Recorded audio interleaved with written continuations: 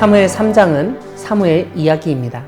1절은 사무엘이 엘리 앞에서 여호와 하나님을 섬겼다고 시작하고 있습니다.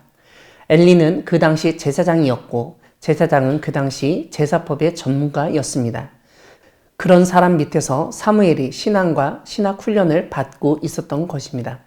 그런데 그때 이스라엘에는 여호와 하나님의 말씀이 희귀하였다고 설명합니다.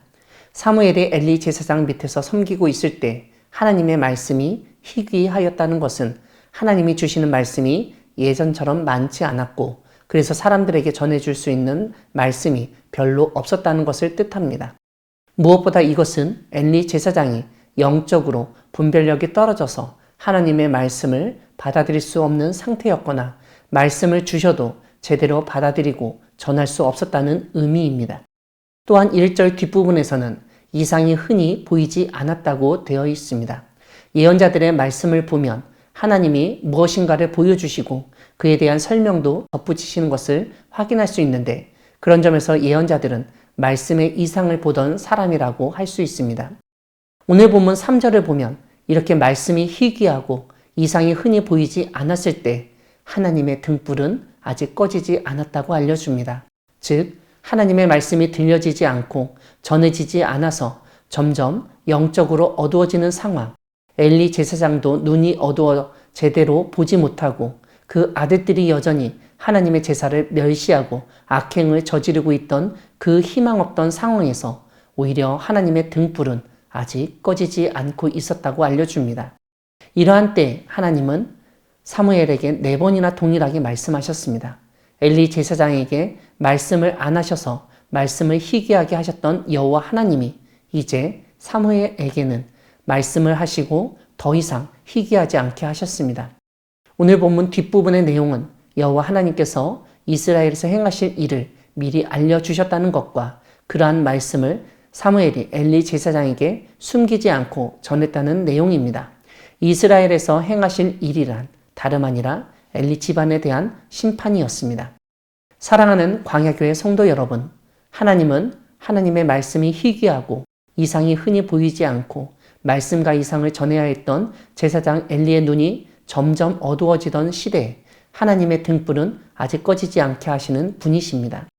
엘리의 눈이 어두워졌을 때 하나님은 사무엘을 부르시고 하나님의 말씀을 듣게 하시고 이상을 보고 하나님의 말씀을 전하는 사명을 새롭게 맡기셨습니다. 한국 교회와 목회자에 대한 신뢰도가 20%도 안 되는 상황입니다. 한국 교회에 희망이 없다고 말하고 있습니다.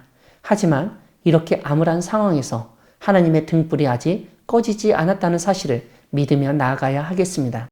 엘리 제사장의 시대가 저물고 있을 때 하나님은 사무엘이라는 새로운 일꾼을 세우시며 하나님의 말씀이 다시 한번 흥왕하도록 역사하셨습니다. 오늘 사무엘 이야기는 하나님을 섬기는 사람은 어떠해야 하는지, 아니 어떻게 하나님을 섬겨야 하는지를 제대로 알려줍니다. 하나님은 오늘 본문 속 엘리 제사장의 입을 통해서 우리가 하나님의 말씀을 들을 때 가장 중요한 자세를 알려줍니다.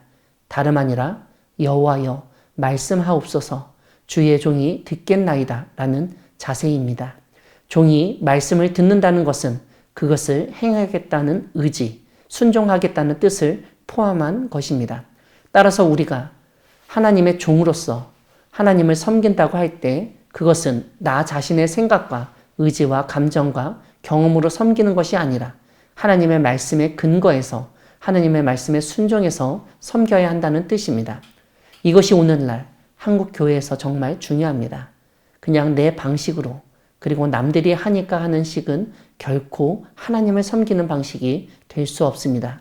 하나님의 말씀을 듣고 그 말씀을 믿고 따르는 것에서부터 온전한 섬김이 시작됩니다. 비록 사람들이 하나님의 말씀을 알지 못하며 사사시대처럼 자기 소견에 옳은 대로 행하는 상황이라 하더라도 여전히 말씀하시는 하나님의 말씀을 제대로 듣고 올바로 전하고 행하여 이 땅에 하나님의 뜻이 이루어지도록 하는 우리 모두가 되기를 소망합니다. 아멘.